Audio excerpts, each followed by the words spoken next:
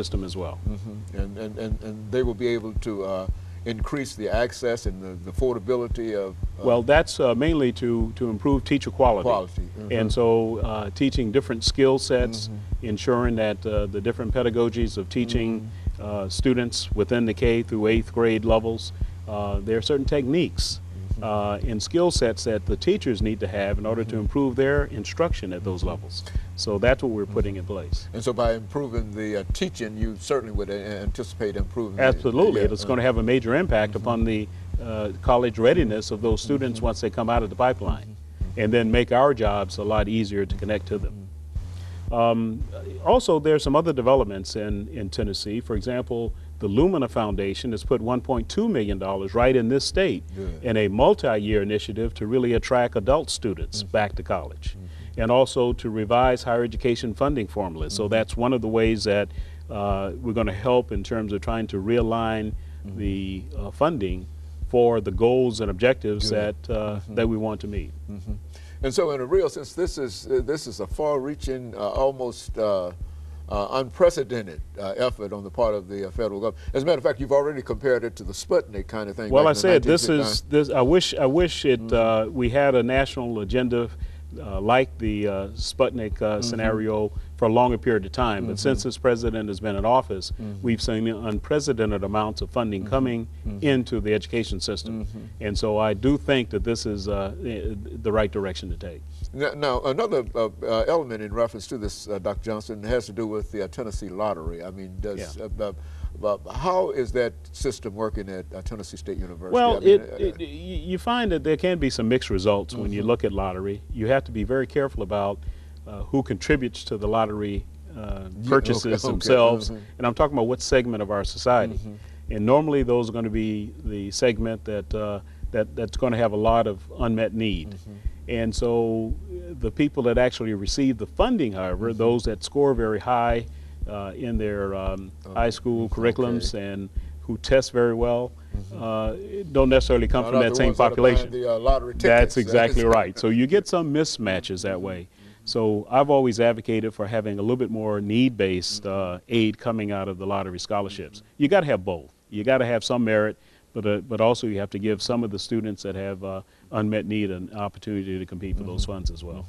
You know, Dr. Johnson, we've got about 3 minutes, and why don't you take an opportunity perhaps to say something in reference to students this morning, to re-emphasize something that everybody probably tries to do every day, to re-emphasize the importance of education, them working hard and et cetera. You know, just coming from you as the president of Tennessee State University. Every chance I get to talk to students and potential students of the university, I say over and over again that education is the single best investment that you can make toward your future. I mean, and it is the investment that pays off in terms of return on investment or any other business term you want, more than anything else that you can invest in, including your house or your car. Your education is something that will continue to provide benefits to you over your lifetime. And so I say any means necessary, through grants, through scholarships, through loans, through any measure that you can to make education affordable to you, you should take advantage of it. And if a student is conscientious and he works hard and he has the good grades and everything, it really doesn't matter how much money he has. That's exactly right. And that's the best way to ensure success, is to be a good student while you're in school. And that will ensure that you'll have the opportunity to receive funding for your education.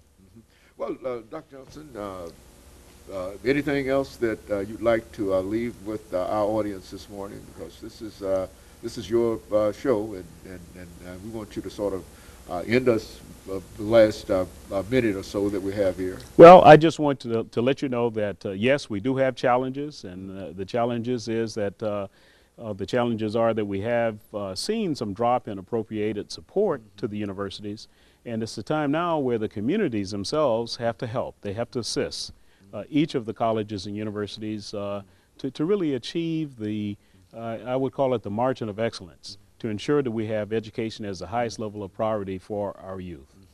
And so you feel good about the national agenda? I feel good about the national agenda. I would love to see the state agenda improve somewhat as far as funding is concerned, but I think we also need the private sector to assist as well.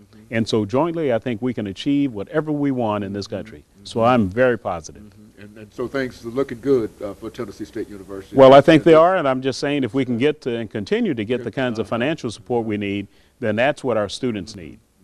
Very good, and of course, let me thank you, Dr. Johnson, for coming by and giving us that excellent information. As we said before, you came with us, to us, the first time that you came to Tennessee State University and sort of introduced yourself to us. Thank you. And I think over the time, that must have been about in 19... It was, no, 2005. Yes. And so that's almost 5 years ago, yes. And it took you 5 years to get back around to us. And we know the reason for that is because you've been very, very busy yes. doing a lot of additional things. But we certainly want to thank you for taking the time out today.